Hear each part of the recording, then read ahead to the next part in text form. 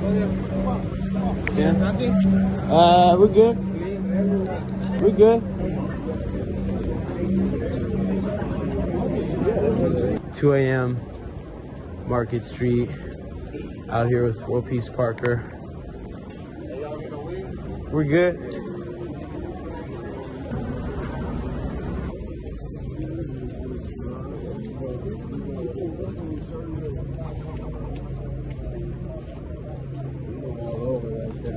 That's when it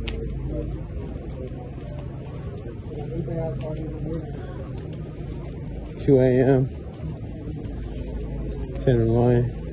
Unfortunately, for local leaders, I have a 4K camera.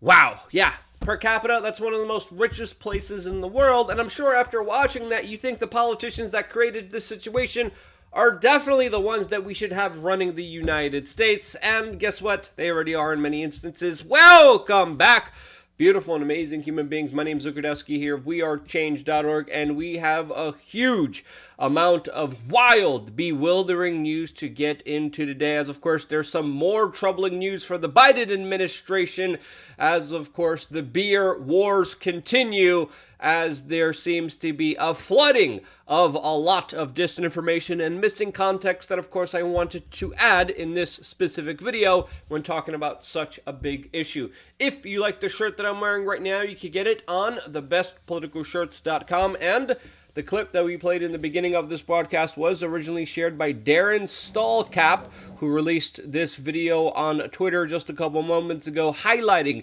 the degradation and destruction of San Francisco because of the woke politicians that created this situation that they want everywhere else in the United States. It looks like Darren Stallcap is also a citizen journalist, so check him out. If he has a YouTube channel, we are definitely going to be linking it down in the description below, and we definitely wish him more luck and also safety, since he's living in a very dangerous situation, exposing it, filming it, capturing it, and showing the rest of the world, which definitely isn't the safest of things to do, to say the least. Yeah, I'm watching some of his other videos. Holy cow, it gets worse. It gets much worse than what we just played you. And in an ever so dangerous world, citizen journalists are very important, since, you know, the corporate media usually does the shilling for the establishment and the political party in charge. All of this as new corruption details are being released surrounding the Biden administration, as a former White House stenographer just came out and blew the whistle on what he calls criminal actions that he has evidence of that could, quote, put the current president of the United States in jail or will, quote, lead to his impeachment. I went to the FBI and filled out their witness tip line. There's a website. You fill out all these tips, these web directions. I submitted it. If you lie to the FBI when you're submitting a tip like that, you can go to jail. I'm not lying. I'm telling the truth. Joe Biden is lying. Joe Biden is a criminal.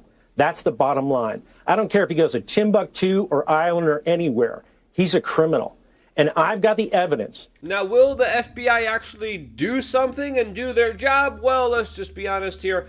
Probably not, as of course a lot of the allegations surround Burisma, the national oil company that was paying exorbitant amounts of money to, of course, Hunter Biden, which now we're finding out, according to this whistleblower, Joe Biden was working for a tit-for-tat relationship with, directly helping the company that, of course, was paying lucratively his son. Let's not also forget that Joe Biden fired the prosecutor in Ukraine that was investigating this entire matter, and then openly bragged about it during a Council on Foreign Relations meeting with, of course, the president of the CFR there, Richard Haas himself, highlighting what this whistleblower, Mike McCormick, says is a kickback scheme, which is pretty clear here. And when we look at Ukraine and the huge corruption that many government-connected institutions and businesses ran there, they sure have employed a lot of sons and daughters of U.S. politicians, paid them off extensively, and you could see that they have definitely bought themselves a lot of favors. Now, this is really something to consider here, since, of course, we're now arresting and indicting President of the United States. So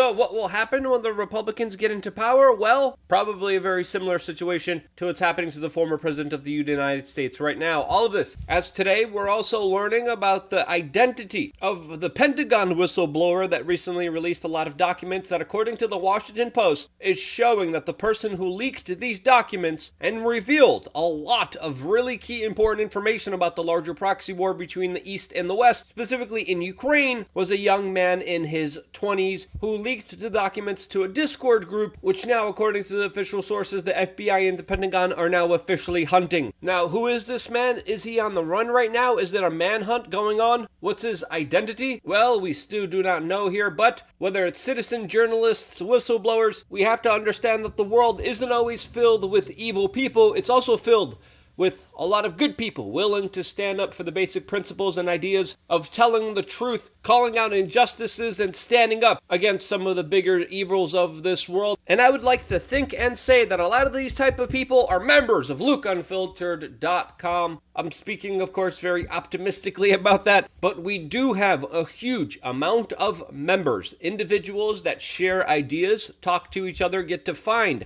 like-minded individuals in their local communities, all on LukeUnfiltered.com, our own members area, where we will be releasing a new video later on today, right after this one, getting into some more spicy issues that we cannot discuss here on this particular broadcast. That video plus a lot more, plus an in real life meetup happening soon, 3:30 p.m.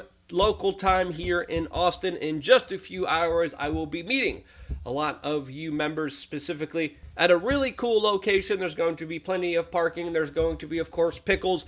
The location right now is up on LukeUnfiltered.com. There's also going to be surprise guests coming, and I'm super excited about meeting a lot of you really awesome human beings in just a few hours from now, which is going to be really awesome and really incredible. If you want to find out the details of that location, of that particular meetup, just go log in to LukeUnfiltered.com, and it's the first post that we have available for you right now. And I want to do more of these as we are planning a meetup in Miami, Florida. I apologize for this meetup specifically being on a Thursday on a work day, but my work schedule here has been absolutely crazy. I wake up, work right away. I have a small window of time before 5 p.m. 5 p.m. to 10 p.m. I do, of course, work on the Timcast IRL podcast, and I co-host there. So I have only a small window, 3:30 to 4:30. It's more going to be like 5-ish. I definitely couldn't do it tomorrow. Tomorrow I got a really early crazy podcast I'm going to be a part of. And of course, we're doing the main event, which we're going to be doing all day and working for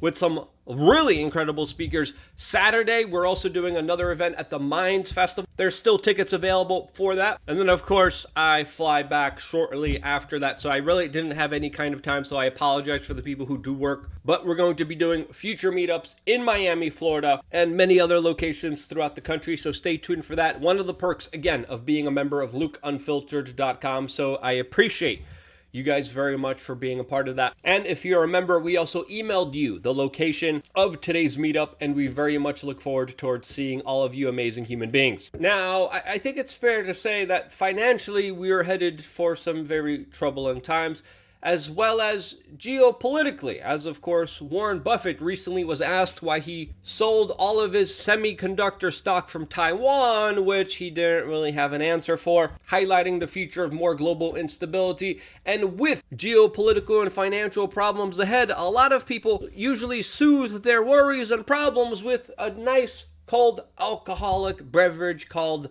a beer. It should really be called a fluoride drink that calcifies your pineal gland, but that's beyond the point here, as I think it's fair to say that the harder the times get, the more people usually rely on alcohol. All of this right now is happening during a major beer war, as of course Bud Light decided to be a part of the culture war and endorsed their brand with Dylan Mulvaney and the woke agenda, propelling the ideas that of course Dylan Mulvaney represents. This of course has created a huge backlash. There's a lot of people saying that they are now boycotting Bud Light. Some people are saying that this is ridiculous and stupid. Other people are saying that this is absolutely necessary. We're going to get to that debate in just a little bit. But as the Epoch Times reports, they are saying that a boycott of Bud Light has, quote, legs and could lead to some significant financial ramifications. This as according to the Daily Wire right now, top executives at Bud Light are claiming that they had no idea that Dylan Mulvaney was going to be their sponsored brand representative and that this was done allegedly by a low-level marketing staffer. All of this as a lot of people are paying attention to the stock of Anheuser-Busch and are estimating that the brand has lost $6 billion, and so far, Anheuser-Busch and Bud Light have not tweeted or sent out any kind of larger message out there to the general public since this brand endorsement. Dylan Mulvaney hasn't even been sending out as many TikToks as he usually has, as a lot of people are looking into the Bud Light VP executive that, of course, was responsible for this brand deal, who, of course, publicly wanted to change the, quote, fratty image of the beer company, as leaked photos just came out of her being at a frat party doing really crazy things. CNN has the best take out of all of this, saying that this inclusion ad campaign is, quote, good for business, as it's pretty clear here that the beer company kind of crapped all over their number one consumer base, while specifically marketing to a younger demographic, which the Bud Light VP of marketing specifically said she was going after, hiring Dylan Mulvaney, which of course predominantly advertises on TikTok, where his audience is of course of very young, impressionable children that now Bud Light was directly advertising to, trying to sell them beer. And I think that should be the real scandal here, the real issue here, as of course beer is horrible for your health. It rots your liver, it destroys your brain, it's filled with endocrine disruptors that give you moobs, it's filled with fluoride, and a lot of young people are dealing with specific alcohol abuse to the point where even the Pentagon has found out through a recent study that it's one of the reasons why over 77% of young Americans do not meet the mental or physical qualifications for military service. This is according to American Military News. And with so many deaths of despair, with so many people struggling financially, for a beer company specifically to advertise for children during these very key, confusing, difficult times is absolutely immoral and evil, in my opinion, and should be the real focus of discussion, and why Bud Light should be canceled. So when it comes to this larger culture war, it's not even that I'm on the side of Bud Light trying to be inclusive. I'm on the side of Bud Light's a really bad product that hurts a lot of people, that clearly does not give a damn about the average human being, but only wants to sell you a horrible product that does really horrible things to you. What's next? A Dalai Lama endorsement? And when this boycott goes on, it's important to know here that Anheuser-Busch, that's responsible for, of course, Bud Light, also owns Budweiser, Michelob, Busch, Natural Light, Shock Top, O'Doul's, and many other alcoholic beverages, which I have tweeted out and listed on my Twitter account under, of course, Luke We Are Changed. And again, this is the full list here. I'm just going to scroll up through it of all the alcoholic beverages that Anheuser-Busch pushes. And if we have a moment and momentum to actually talk about not drinking booze, I think this is a good time. And as influencers, I think we should be more careful and more responsible with the larger ideas of what we represent and push out to our audience members that are, of course, are impressionable and hold us to a high accolade. Joe Rogan recently went on his podcast and said that this was not a big deal. And he opened up a Bud Light and essentially endorsed this company, endorsed this marketing effort, and said, of course, that this was not a big deal. And in my opinion,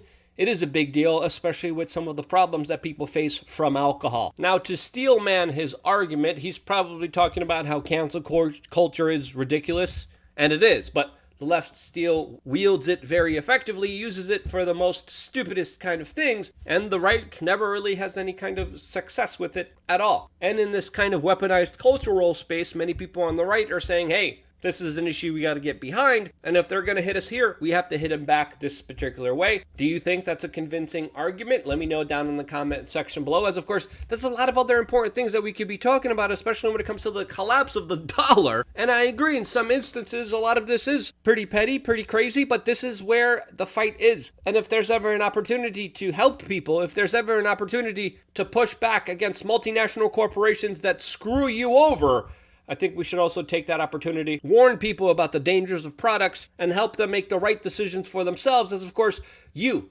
voting with your dollar does absolutely matter. Are there other pressing issues that are more important to talk about? Yes. Is this what everyone's talking about? Yes as well. So let's add our 2 cents here, which I think are imperative and important, and call out the bullshit that's actually hurting people. And if you agree with me, share this video with your friends and family members. It's more important than ever. And because you do that, that's why I'm still here. This is why I love you guys. Stay tuned for more here on wearechange.org. One more video coming your way later on today, right after this one on lukeunfiltered.com and the meetup, which I'm really super excited about. See you there as well. Free pickles.